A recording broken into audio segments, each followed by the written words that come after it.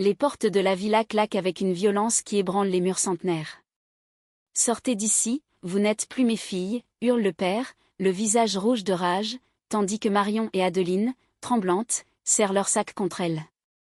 Dans l'air chargé de lavande et de trahison, les jumelles s'enfuient dans la nuit sévillane, leur cœur brisé par l'amour qu'elles osent enfin avouer. C'était en 2008, à Séville, cette ville où le flamenco pulse comme un cœur affolé.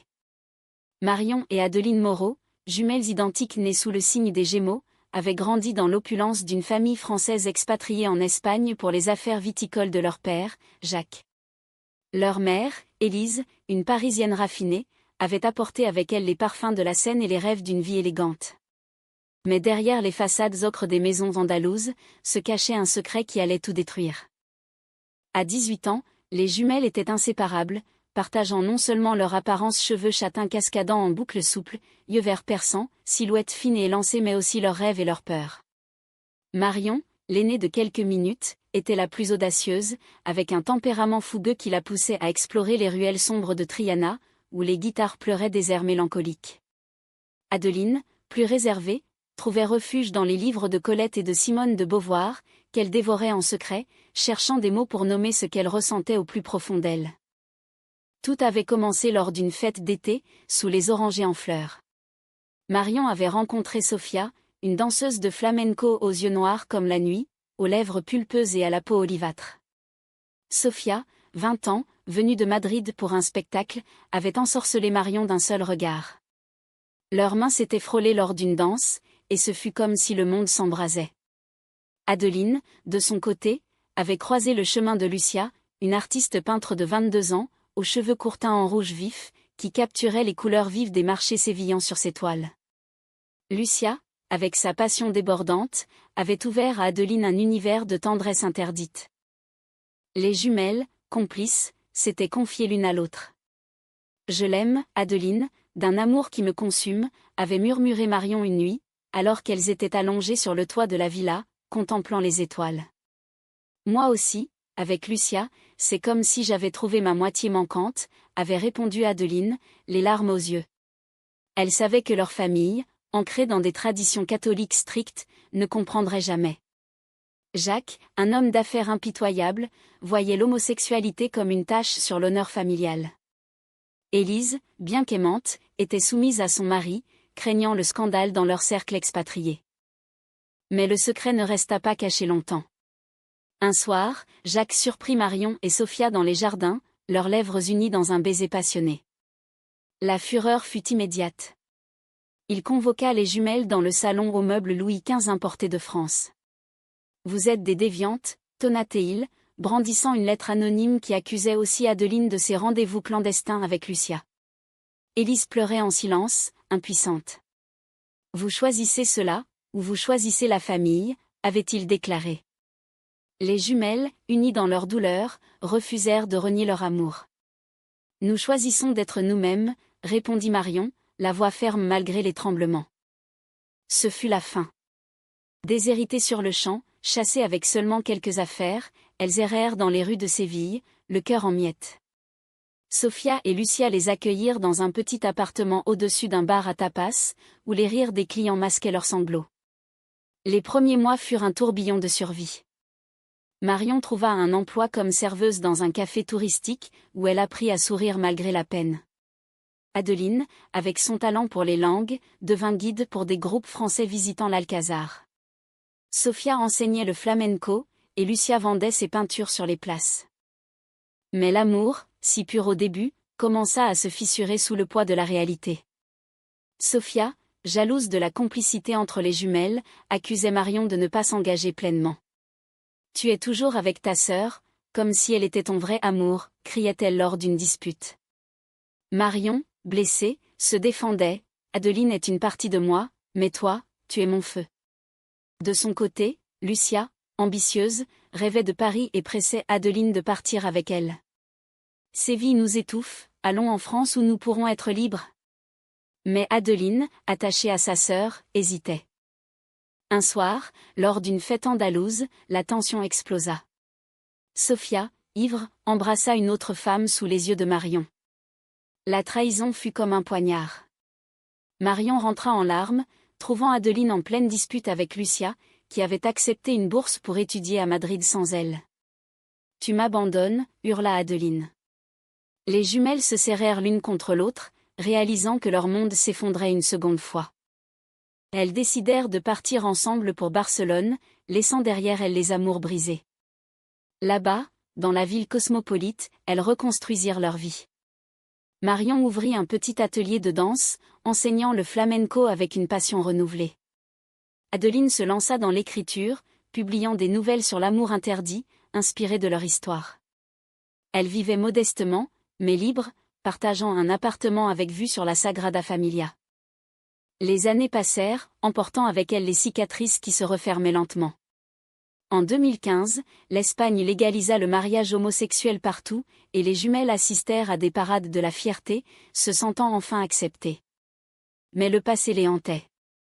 Des nouvelles de Séville arrivaient sporadiquement, leur père avait étendu son empire viticole, leur mère souffrait en silence. Un frère cadet, Pierre, avait pris la relève. Puis, en 2020, une lettre arriva. Élise était malade, un cancer qui la rongeait. « Revenez, mes filles, avant qu'il ne soit trop tard » implorait-elle. Les jumelles, maintenant trentenaires, hésitèrent. Marion, endurcie par les épreuves, voulait ignorer l'appel. « Ils nous ont rejetés, pourquoi revenir ?» Adeline, plus compatissante, insista, « Pour maman, et peut-être pour nous guérir. » Elles décidèrent de rentrer, ignorant que ce retour allait tout bouleverser. À leur arrivée à Séville, l'air embaumait toujours le jasmin, mais les jumelles avaient changé. Marion, avec ses 35 ans, portait les marques d'une vie intense, une petite cicatrice au sourcil d'une chute en danse, et un tatouage discret d'une rose sur l'épaule, symbole de résilience. Adeline, identique en apparence, avait les yeux plus doux, marqués par les nuits passées à écrire des histoires d'amour et de perte. Elles louèrent une voiture et se dirigèrent vers la villa familiale, le cœur battant. Jacques les accueillit sur le perron, vieilli, les cheveux entièrement gris, le dos voûté par les ans. « Que voulez-vous » grogna-t-il, mais ses yeux trahissaient une surprise mêlée de regret. Élise, alitée dans la chambre au volet mi-clos, pleura en les voyant. « Mes filles, enfin » murmura-t-elle, tendant des mains frêles. Les jumelles s'agenouillèrent près d'elle, embrassant ses joues pâles. Pierre, leur frère de 30 ans, observa la scène avec une neutralité feinte, sa femme et ses enfants en retrait. Les premiers jours furent un mélange de tendresse et de tension. Marion et Adeline veillèrent sur leur mère, racontant leur vie à Barcelone sans entrer dans les détails intimes. Élise écoutait, les yeux brillants. « J'ai toujours su, mes chéris, et je vous ai aimé malgré tout. » Mais Jacques rôdait comme un fantôme, évitant les conversations. Un soir, lors d'un dîner familial tendu, il explosa, « Vous avez choisi votre voie perverse, et maintenant vous revenez pour l'héritage ?» Adeline, calme, répondit, « Nous revenons pour maman, pas pour l'argent que vous nous avez volé. » Marion ajouta, la voix tremblante, « Nous avons construit nos vies sans vous, mais l'amour familial ne s'efface pas. » Pierre intervint, révélant une trahison inattendue, il avait secrètement envoyé de l'argent aux jumelles pendant des années, via un compte anonyme.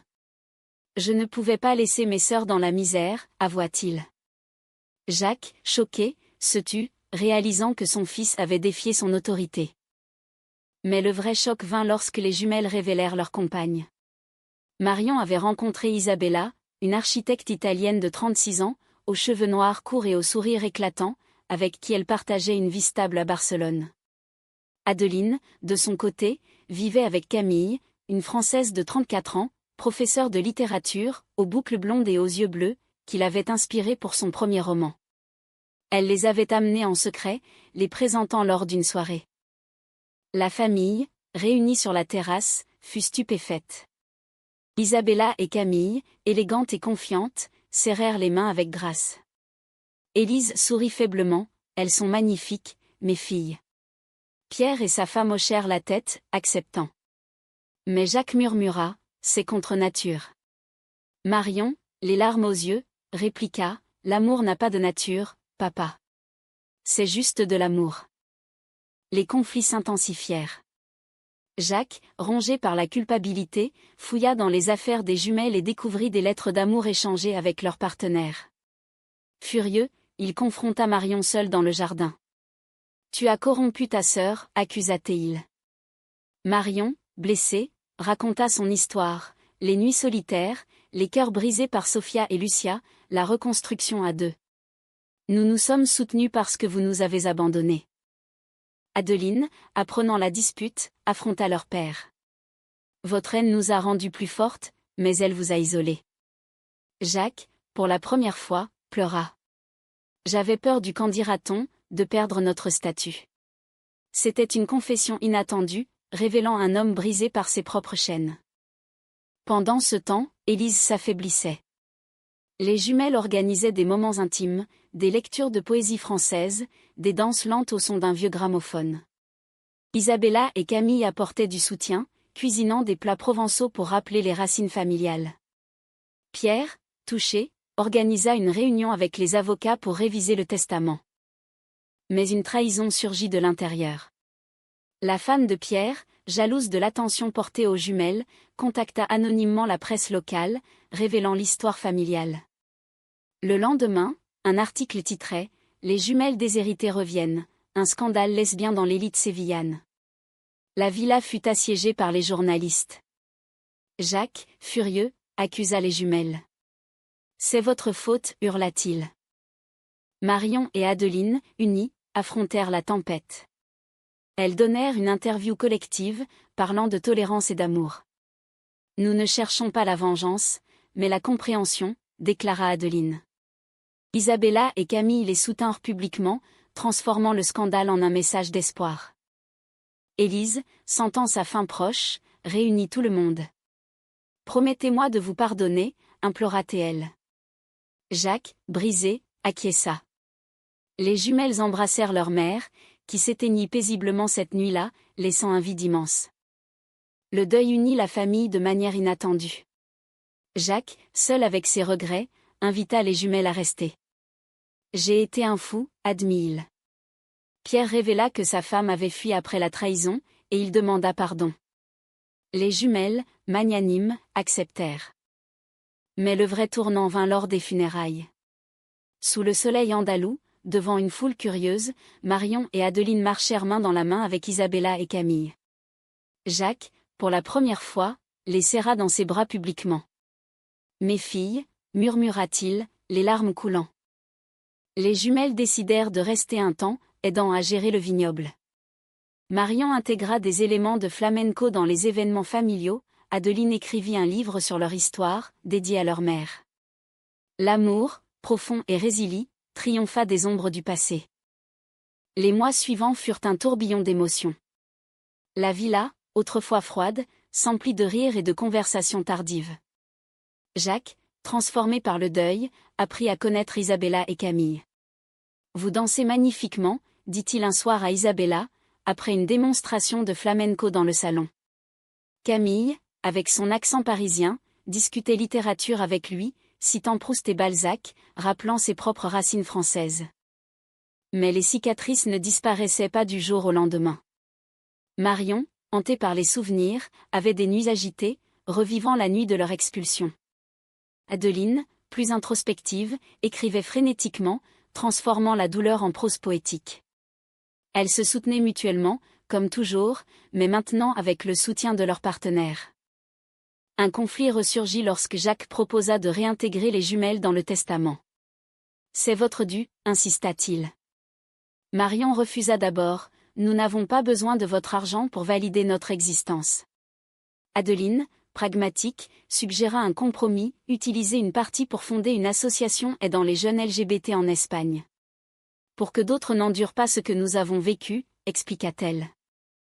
Pierre, divorcé maintenant, se rapprocha de ses sœurs. Il avoua avoir toujours admiré leur courage.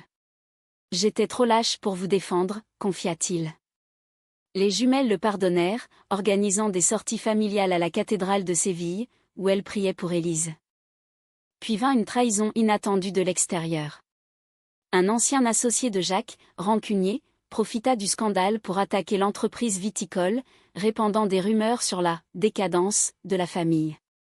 Les ventes chutèrent. Jacques, paniqué, appela les jumelles à l'aide. Marion, avec son esprit entrepreneurial, proposa une campagne marketing inclusive, mettant en avant la diversité. Adeline rédigea des communiqués émouvants. Isabella et Camille s'impliquèrent. Isabella redésigna l'étiquetage des bouteilles avec des motifs inspirés du flamenco. Camille organisa des lectures publiques pour promouvoir les vins. Le plan fonctionna, les médias transformèrent le scandale en histoire inspirante. Les ventes rebondirent, attirant une clientèle progressiste. Au milieu de cela, l'amour entre les couples s'approfondit. Marion et Isabella, un soir sous les étoiles, échangèrent des vœux secrets. « Tu es mon ancre » murmura Marion. Adeline et Camille, dans un café barcelonais lors d'un voyage, parlèrent de mariage. En France, peut-être, pour honorer nos racines, suggéra Camille. Mais un autre âme surgit, Jacques, sentant sa santé décliner, révéla un secret. « J'ai eu une liaison autrefois, en France, avant Élise. » Les jumelles, choquées, apprirent qu'il avait un demi-frère caché à Paris. « Je l'ai abandonné, comme je vous ai abandonné, » avoua-t-il, pleurant. Adeline, émue, proposa de le retrouver. Pour clore les cercles brisés. Elles voyagèrent à Paris, retrouvant Antoine, un homme de 50 ans, artiste comme Adeline. La rencontre fut émouvante, Antoine pardonna, et ils nouèrent des liens. De retour à Séville, la famille s'agrandit symboliquement. Les jumelles organisèrent une fête pour célébrer la vie, invitant amis et alliés LGBT. Jacques, dans un discours tremblant, s'excusa publiquement, « J'ai appris que l'amour n'a pas de frontières.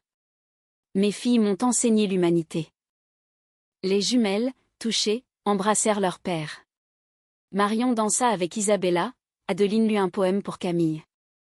Pierre, seul mais optimiste, promit de soutenir l'association. Au fil des mois, les jumelles équilibrèrent leur vie entre Séville et Barcelone. Marion ouvrit une école de danse inclusive, Adeline publia son roman « Jumelles de cœur », un best-seller en Espagne et en France. L'histoire, imprégnée de romantisme français avec des descriptions sensuelles des regards échangés, des caresses volées, des cœurs battants toucha des milliers. Un soir, seuls sur la terrasse, les jumelles contemplèrent la ville. « Nous avons survécu, » dit Marion. « Et nous avons aimé, profondément, » répondit Adeline. Leur lien, indéfectible, était le socle de tout. Jacques, apaisé, mourut paisiblement un an plus tard, laissant un héritage non seulement financier, mais spirituel. Les jumelles, avec Pierre, gérèrent l'empire, le transformant en symbole de tolérance. Isabella et Camille devinrent partie intégrante de la famille. Des mariages furent célébrés, Marion et Isabella à Séville, dans une cérémonie andalouse vibrante, Adeline et Camille à Paris, sous la tour Eiffel, avec des accents romantiques. La vie continua, pleine de hauts et de bas, mais ancrée dans l'amour. Les jumelles, autrefois déshéritées, étaient maintenant les héritières d'un legs plus précieux, la compassion humaine. Des années plus tard, en 2025, Séville brillait sous un soleil éternel, et les jumelles, approchant la quarantaine, rayonnaient de sérénité. Marion, avec ses mèches grisonnantes naissantes, dirigeait l'association avec ferveur, aidant des jeunes à embrasser leur identité. Adeline, auteure reconnue, voyageait pour des conférences, son roman adapté en film français, capturant l'essence poétique de leur saga. Leur retour avait choqué non seulement la famille, mais toute la communauté. Les journaux en parlaient encore comme d'un exemple de résilience. Pierre, remarié à une femme ouverte d'esprit, avait des enfants qui appelaient Marion et Adeline, tantes adorées. Isabella, maintenant partenaire dans un cabinet d'architecture, concevait des espaces inclusifs. Camille, promue directrice d'école, enseignait la tolérance. Mais la vie n'était pas sans ombre. Une ancienne rivale de Sofia contacta Marion, révélant que Sofia avait regretté sa trahison et vivait seule à Madrid. Marion, après réflexion, lui envoya une lettre de pardon. « Le passé nous forme, mais ne nous définit pas », Adeline, de son côté, affronta un critique homophobe lors d'une signature, répondant avec grâce « L'amour est universel, et le vôtre semble bien étroit ». Leur lien avec la France s'approfondit. Elles visitaient Paris annuellement, honorant Élise au Père-Lachaise, où elles avaient fait rapatrier ses cendres. Antoine, leur demi-oncle, les rejoignait, partageant des histoires familiales oubliées. Un jour, lors d'une parade de la fierté à Séville, les jumelles défilèrent en tête, main dans la main avec leurs épouses. La foule applaudit, voyant en elles des icônes. Jacques, dans son testament, avait légué une partie de la fortune à des causes LGBT, un geste posthume de rédemption. La conclusion de leur histoire fut personnellement émouvante. Marion et Isabella adoptèrent une petite fille, Helena, orpheline d'une famille conservatrice. Adeline et Camille accueillirent un garçon, Matteo, foster child devenu leur fils. Les enfants grandirent dans un foyer bilingue, imprégné de culture française et espagnole, apprenant que l'amour prend toutes les formes. Lors d'un anniversaire familial, sur la terrasse où tout avait basculé, les jumelles trinquèrent. « À nous, qui avons transformé la douleur en lumière, » dit Marion.